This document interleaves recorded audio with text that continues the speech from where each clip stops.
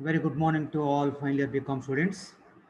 In the previous sessions, we have discussed it. I have explained remedies for breach of contract. I gave an introduction for the topic remedies for breach of contract. We have studied the meaning of remedy, and I also mentioned about five different remedies are available for the breach of contract. Even we have discussed the meaning of breach of contract also, and we are discussing about the point two, that is a suit for damages, the second remedy available for the breach of contract. In that, we have completed the ordinary damage. There, we have discussed Smith versus Green case also. It is not a leading case. Then we were discussing about special damages. Correct, Ella?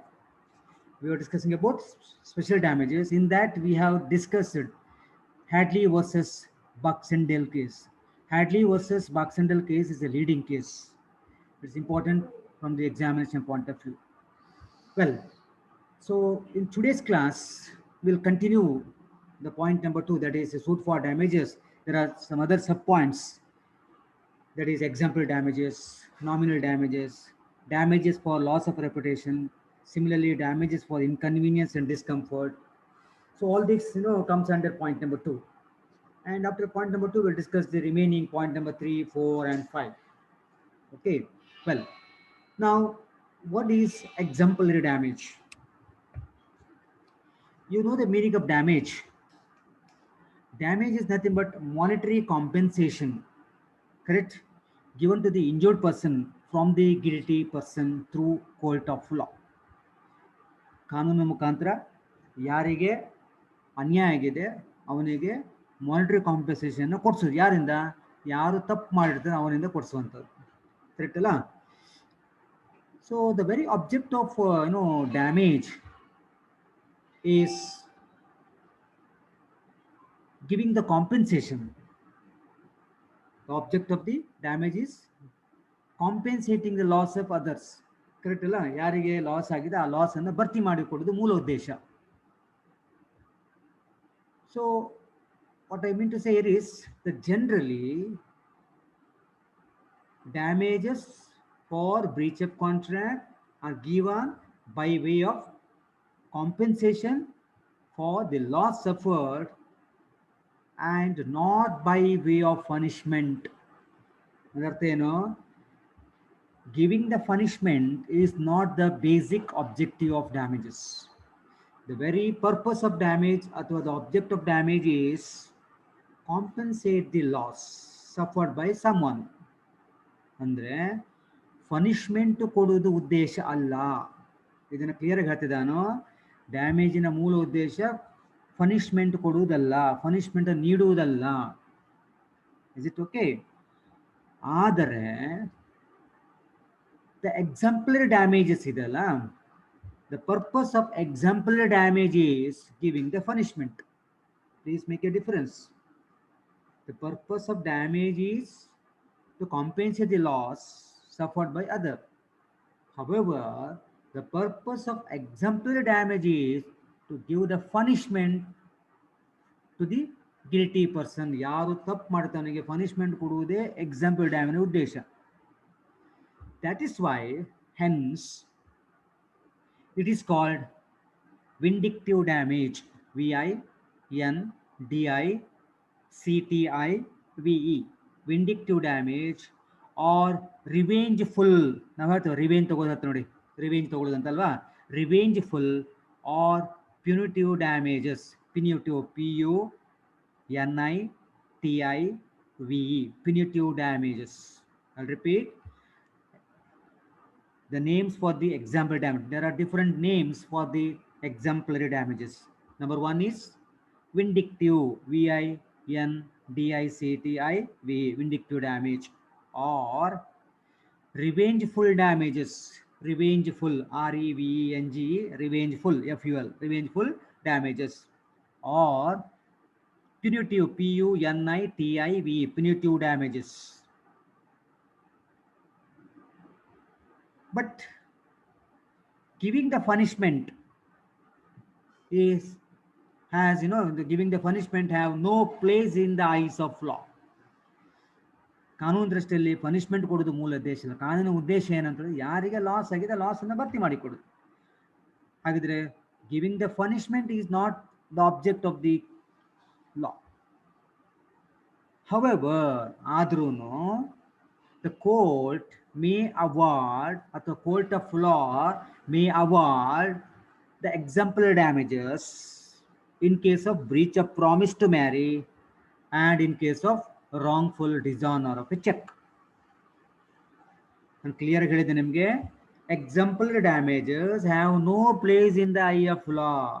ಆದ್ರೂ example ಡ್ಯಾಮೇಜನ್ನ ನಾವು ಎರಡು ಸಂದರ್ಭಗಳಲ್ಲಿ ಅದನ್ನ ನೀಡಬಹುದು. Court may award example damages in two different situations, only in two different cases.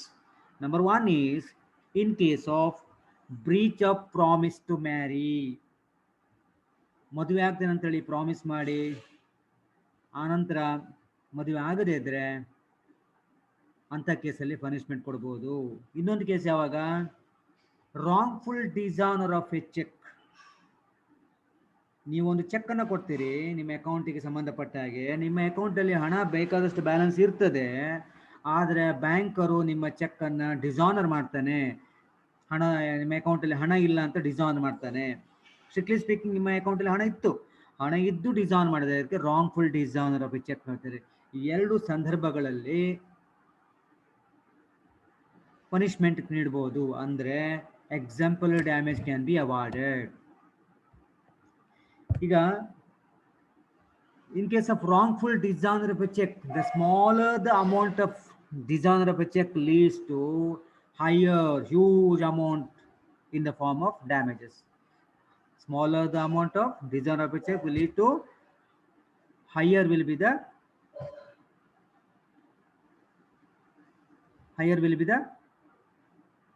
damages. Damage amount ಜಾಸ್ತಿ ಇರುತ್ತೆ.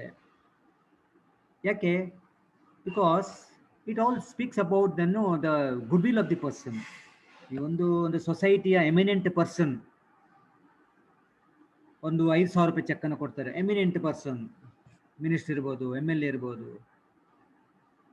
ಅಥವಾ ಒಂದು ಒಳ್ಳೆ ಪೊಸಿಷನ್ ಇದ್ದ ವ್ಯಕ್ತಿ ಇರ್ಬೋದು. ಅವರು ಒಂದು 5,000 ರೂಪಾಯಿ ಚೆಕ್ ಅನ್ನ ಬ್ಯಾಂಕಿಗೆ ಒಬ್ರಿಗೆ ಕೊಡ್ತಾರೆ. ಅವನ ಅಕೌಂಟ್ ಅಲ್ಲಿ ಅಥವಾ ಅವರ ಅಕೌಂಟ್ ಅಲ್ಲಿ ಹಣ ಇದ್ದು ಬ್ಯಾಂಕ್ ಡಿಸಾನ್ ಮಾಡಿದ್ರೆ ಒಂದು ಪ್ರೆಸ್ಟೀಜಿನ ಪ್ರಶ್ನೆ ಆಗುತ್ತೆ ನೋಡಿ.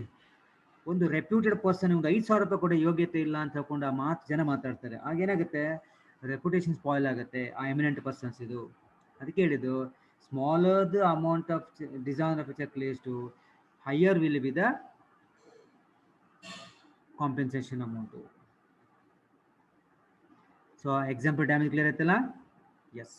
Now I'll move on to the next one is nominal damages. The term itself indicates a meaning, nominal. Very small amount, negligible amount. An injured party who has not suffered any loss actually, ಯಾವುದೇ ರೀತಿಯ loss ಆಗಿರೋದಿಲ್ಲ. However, he can recover the nominal damages for the breach of contract. For example, ಈಗ ಒಂದು 100 ರೂಪಾಯಿ stamp ಪೇಪರ್ನ ಮಾಡ್ಕೊಂಡಿರ್ತೀವಿ ಒಂದು contract ಇದು ಏನಾಗುತ್ತೆ, ಬ್ರೀಚ್ ಆಫ್ ಕಾಂಟ್ರಾಕ್ಟ್ ಆಗುತ್ತೆ. ಆಗ ಆಕ್ಚುಲಿ ಏನು ಲಾಸ್ ಆಗಿರೋದಿಲ್ಲ. ಲಾಸ್ ಆಗಿದೆ ಏನಕ್ಕೆ ಕೇಳಿದ್ರೆ ಸ್ವಲ್ಪ ಸಮಯ ಮತ್ತೊಂದು ಒಂದು ಸ್ಟ್ಯಾಂಪ್ ಡ್ಯೂಟಿ ಅಂತ ಹೇಳ್ತೇವಲ್ಲ, 100 ರೂಪಾಯಿ ಸ್ಟ್ಯಾಂಪ್ ಪೇಪರ್ ವೇಸ್ಟ್ ಆಗಿದೆ. ಸೊ ದಟ್ 100 ರೂಪಾಯಿ ಅನ್ನೋಂಥದ್ದು ವೆರಿ ನಾಮಿನಲ್ ಅಮೌಂಟ್ ಆಗುತ್ತೆ. Stamp paper in the form of stamp paper and all. So ಇದಕ್ಕೆ ನಾವು ನಾಮಿನಲ್ ಡ್ಯಾಮೇಜ್ ಅಂತ ಹೇಳ್ತೇವೆ. So nominal damage is very small amount, negligible amount. In this case an injured party who has not suffered any loss, however, he can recover the damages in the form of nominal damages for the breach of contract. Very negligible amount. Well, now let us see the rule for damages for loss of reputation and the rule for the damages for inconvenience and discomfort.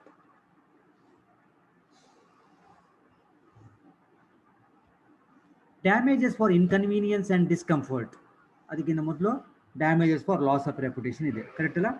ನಾವು let us discuss damages for loss of reputation. ನಾವು recover ಮಾಡ್ಬೋದಾ? The answer is no.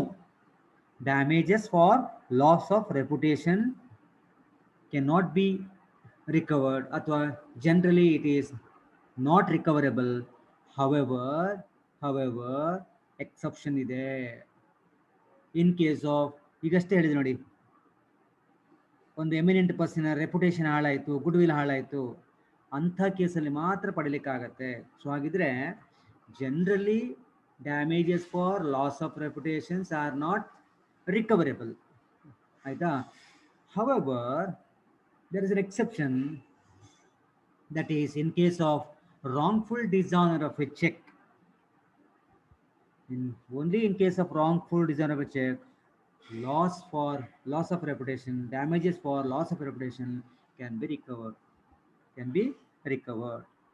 ಹಾಗಿದ್ರೆ ನೀವು ಹೀಗೆ ಬರೀಬೇಕು. ಫಸ್ಟಿಗೆ damages for loss of reputation is not recoverable, generally it is not recoverable ಅಂತ ಬರೀಬೇಕು. ಎರಡನೇ sentence however there is no exception, that is in case of wrongful dishonor of a check ಬರಿಬೇಕಾಗತ್ತೆ. Here ನಾನು ಆಗಲೇ ಹೇಳಿದೆ ನಮಗೆ, the smaller the amount of a check wrongfully dishonored, the larger is the amount of damages awarded. ಸಣ್ಣ ಅಮೌಂಟಿನ cheque damage dishonour ಆದರೆ damages payable it is in the huge form ಆಗಿರುತ್ತೆ. ಈಗ ಒಂದು ರೆಪ್ಯೂಟೆಡ್ ಪರ್ಸನ್ ಒಂದು ಕೋಟಿ ಚೆಕ್ ಅನ್ನು ಕೊಟ್ಟು ಡಿಸಾನರ್ ದೊಡ್ಡ ವಿಷಯ ಆಗೋದಿಲ್ಲ. 1 ಕೋಟಿ ಚೆಕ್ ಡಿಸಾನರ್ ಆಯ್ತು ಅಂದ್ರೆ 5,000 ಚೆಕ್ ಕೊಟ್ಟು ಡಿಸಾನರ್ ಆದರೆ ಎಂತ ಅವನ ಯೋಗ್ಯತೆ ಏನು ಅಂತ ಪ್ರಶ್ನೆ ಬರುತ್ತಲ್ವಾ? ಕರೆಕ್ಟ್ ಅಲ್ಲ? ಸೊ ಹಾಗಾಗಿ damages for loss of reputation can be recovered only in case of wrongful dishonor of a check. Now I'll move on to the damages for inconvenience and discomfort. Here also, my dear students, damages for inconvenience and discomfort are not recoverable.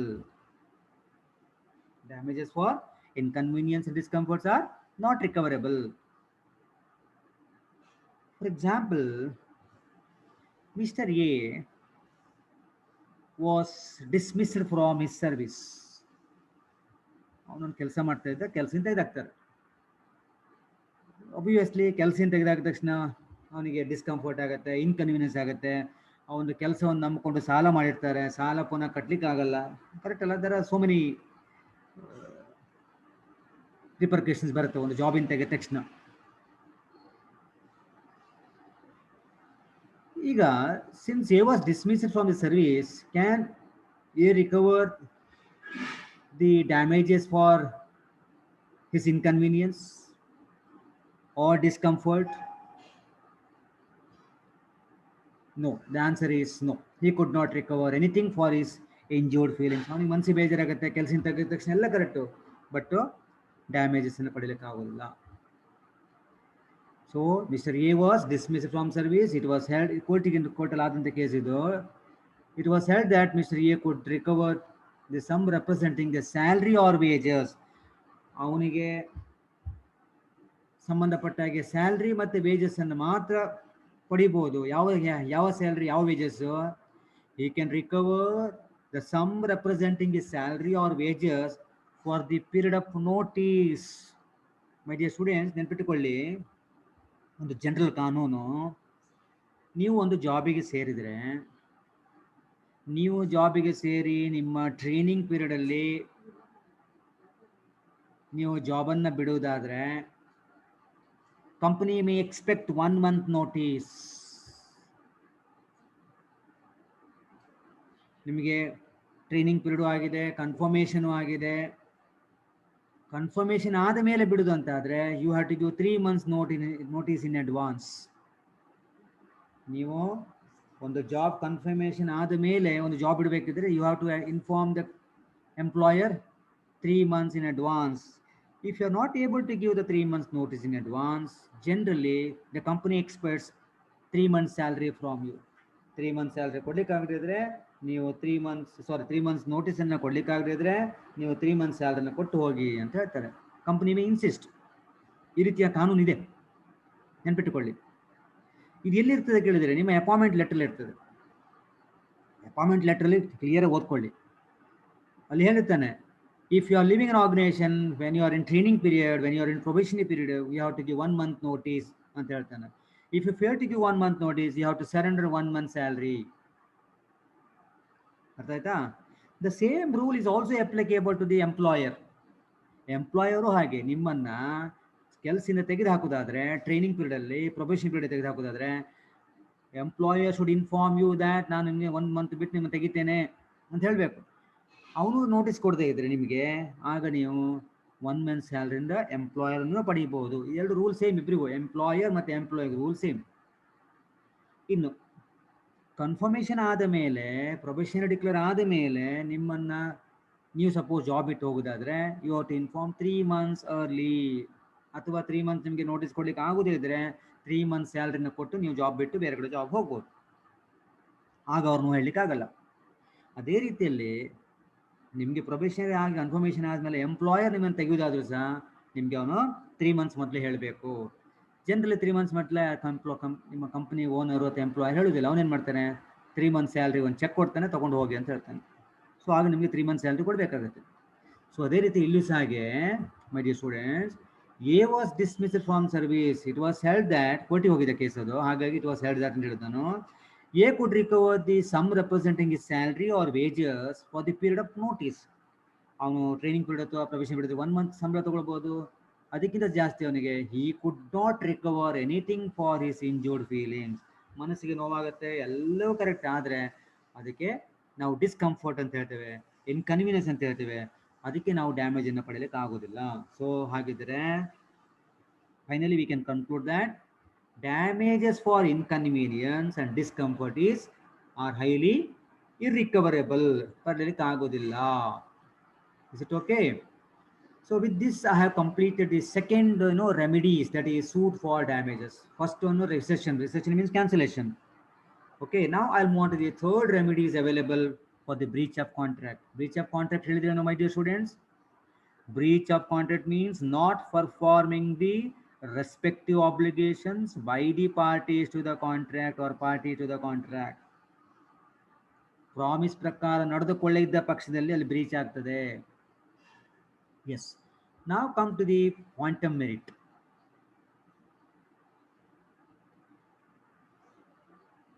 What is quantum merit? Quantum merit means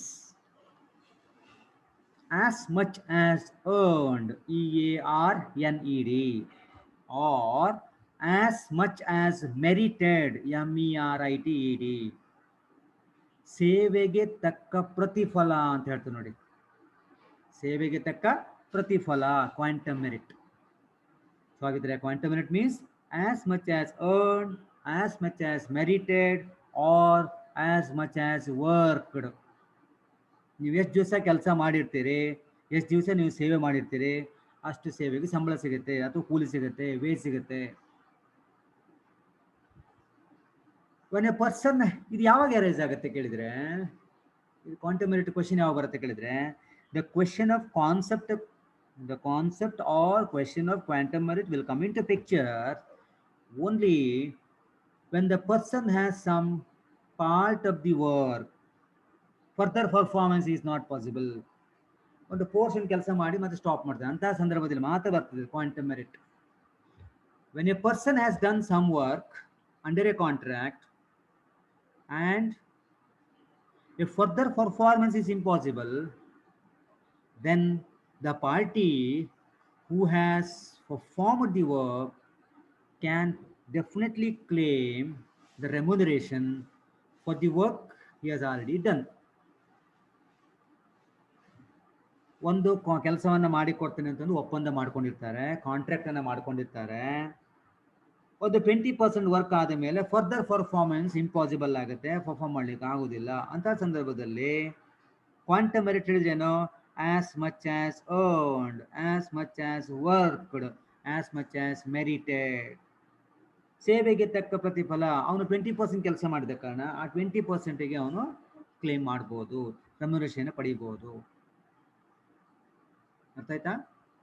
when a person has done some work under a particular contract and the further performance is impossible, at that time party who has performed the work can claim the remuneration for the work which has already been done. So the claim ಹೇಗೆ claim ಮಾಡಬಹುದು ಕೇಳಿದ್ರೆ, very simple, based on the quantum merit, MERUIT, quantum merit rule.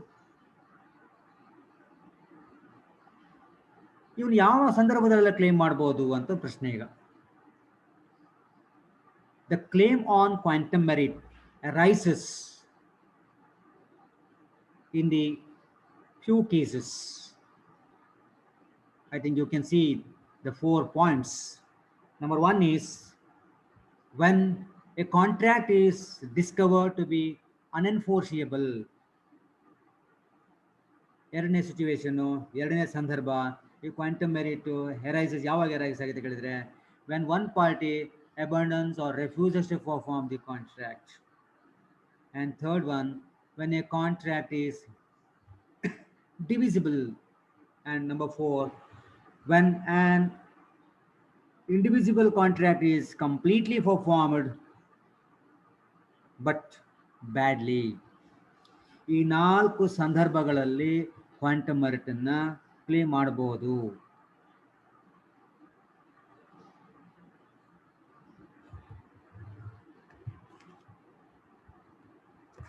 ಈಗ number 1, when a contract is discovered to be unenforceable as per section 65. I have not mentioned the section in my slide. You can take section 65. In the exam, please don't write the wrong sections. ನೀವು ಬರೆದಿದ್ರು ಪರವಾಗಿಲ್ಲ, ಯಾವುದೇ ಕಾರಣಕ್ಕೂ wrong sections ನ ಬರಿಬೇಡಿ. Okay, when an agreement is discovered to be void or becomes void, any person who has received any advantage under such agreements or contract is bound to restore it, athava or to make compensation for it to the person from whom he received.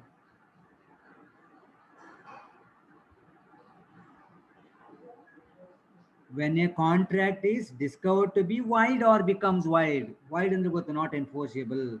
ಅಂತಹ ಒಂದು contract ಅಲ್ಲಿ ಏನದು ಲಾಭ ಆಯ್ತು ಒಂದು ಪಾರ್ಟಿಗೆ ಅಂತ ಹೇಳಿದ್ರೆ ಆ ಲಾಭವನ್ನು ಅವನಿಟ್ಟುಕೊಳ್ಳಿಕ್ಕಿಲ್ಲ, ಮತ್ತೊಬ್ಬನಿಗೆ ಕೊಡಬೇಕು.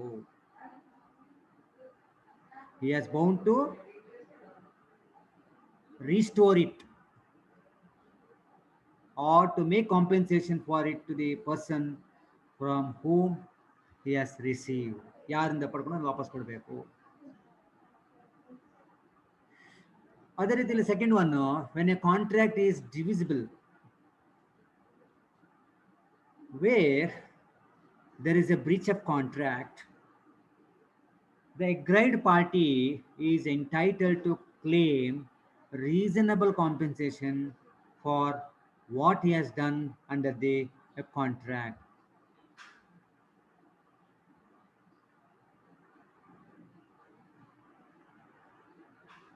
Yes, sorry, second point is when one party refuses or refuses to perform the contract. ಈ ಪಾಯಿಂಟ್ಗೆ ಎಕ್ಸ್ಪ್ಲನೇಷನ್ ಮಕ್ಕಳೇ, wear there is a breach of contract, ಯಾವಾಗ breach of contract ರೈಸ್ ಆಗುತ್ತೆ ಅಂತ ಸಂದರ್ಭದಲ್ಲಿ the aggrieved party is entitled, injured party is entitled to claim a compensation ಅಥವಾ reasonable compensation for what he has done under the contract. ಇನ್ನೊಬ್ಬ party refuse to perform ಅಥವಾ postpone ಮಾಡ್ತಾನೆ ಅಂತ ಸಂದರ್ಭದಲ್ಲಿ ನೀವೇನು ಪರ್ಫಾರ್ಮ್ ಮಾಡಿರ್ತೀರಿ ಅಲ್ಲಿ ತನಕ ಬೆನಿಫಿಟ್ ಅನ್ನ ಪಡಿಬಹುದು. ಅದಕ್ಕೆ ಸಂಬಂಧಪಟ್ಟ ರೀಸನಬಲ್ ಅಮೌಂಟ್ ಆದ ಕಾಂಪೆನ್ಸೇಷನ್ ಪಡಿಬಹುದು. Because your mistake is arise from the other person is refuse to perform ಅಲ್ಲ, ಅದರ್ ಪರ್ಸನ್ ಈಸ್ ಪೋಸ್ಟ್ಪೋನಿಂಗ್ ಅಲ್ಲ, ಆಗ ನೀವು ಕಾಂಪೆನ್ಸೇಷನ್ ಪಡಿಬಹುದು. ನಾವು will come to the third point, when a contract is divisible. When a contract is divisible ಅಂದ್ರೆ divide ಮಾಡ್ಲಿಕ್ಕೆ ಅಂತ ಗೊತ್ತಾಯ್ತಲ್ಲ, and the party not in default, ಯಾರು ತಪ್ಪು ಮಾಡಿರುವುದಿಲ್ಲ ಅವನು, has enjoyed the benefit of the part performance, the party in default may sue on quantum merit. The party in default may sue on quantum merit.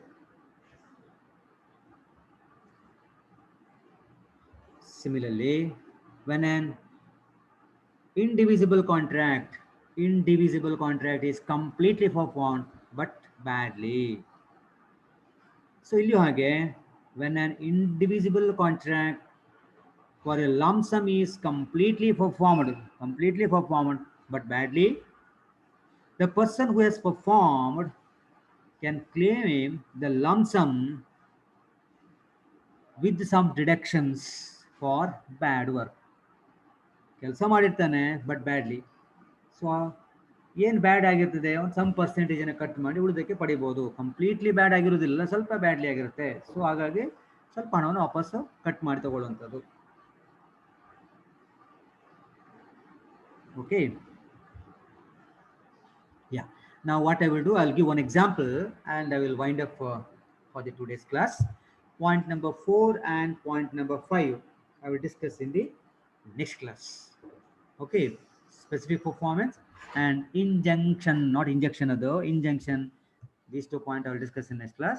Now before winding up, I'll give the example for the quantum merit. You can write the same example, very easy example, simple example. Mr. A was appointed as manager by a board of directors of a company. ಏನು ಹೇಳಿ, A ಹೇಳುವಂಥ ವ್ಯಕ್ತಿ was appointed as a manager, appointed as a cashier, ಏನು ಬೇಕಾ ಬರೀರಿ, appointed as a manager ಮಾಡಿದ್ದಾರೆ, appointment ಮಾಡಿದ್ದಾರೋ by the board of directors of a company. And he has rendered the service for about 15 days. Assuming that he has served for 15 days, 15 ದಿವಸ ಕೆಲಸ ಮಾಡಿರ್ತಾನೆ.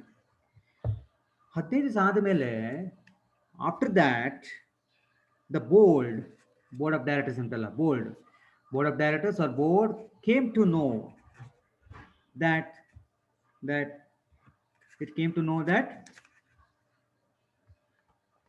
his appointment was not made properly. ಅಥವಾ the board came to know that the board of directors have no power to appoint him. His appointment was not made properly. ಅಥವಾ the board of directors have no power to appoint him. ಆಗ 15 ದಿವಸ ನಂತರ ಗೊತ್ತಾಯ್ತು, 15 days ಬಿಟ್ಟು ಗೊತ್ತಾಯ್ತು ಅವನ appointment ಮಾಡಲಿಕ್ಕೆ board of ಡೈರೆಕ್ಟರ್ಸ್ಗೆ ಯಾವುದೇ ಅಥಾರಿಟಿ ಇಲ್ಲ, ಹಾಗಾಗಿ ಅವನ ಅಪಾಯಿಂಟ್ಮೆಂಟ್ ಸರಿಯಾಗಿ ಆಗಿಲ್ಲ ಅಂತ ಗೊತ್ತಾಯ್ತು. It was held that, so obviously ಅವನು ಕೋರ್ಟಿಗೆ ಹೋಗ್ತಾನೆ. In the court it was held that Mr. A could recover remuneration or salary or wages for 15 days of his service. He has served for 15 days, no? So that is why he could able to receive the salary for 15 days on quantum merit basis, on the basis of quantum merit. ಅದಕ್ಕೆ ಹೇಳಿದಾಗ ಸೇವೆಗೆ ತಕ್ಕ ಪ್ರತಿಫಲ, ಅವನು 15 ದಿವಸ ಕೆಲಸ ಮಾಡಿದಕೊಂಡು 15 ದಿವಸ ಸಂಬಳ ತಗೊಳ್ಳಿಕ್ಕಾಯ್ತು. as much as earned, as much as merited, as much as worked, 15 ದಿವಸ ಕೆಲಸ ಮಾಡಿದ್ರು ನೋಡಿ. ಹಾಗಾಗಿ he was able to get 15 days salary. Is it clear? Yes, I'll give one more example, then I'll wind up. A is engaged by B to write a book to be published in installments in a weekly magazine. The same example is also available in my textbook. Okay. ಏನಾಯ್ತು, ಈಗ A is engaged by B. ಯಾಕೆ engage ಮಾಡಿದವನು? To write a book to be published in installments in weekly basis ಅಥವಾ weekly magazine.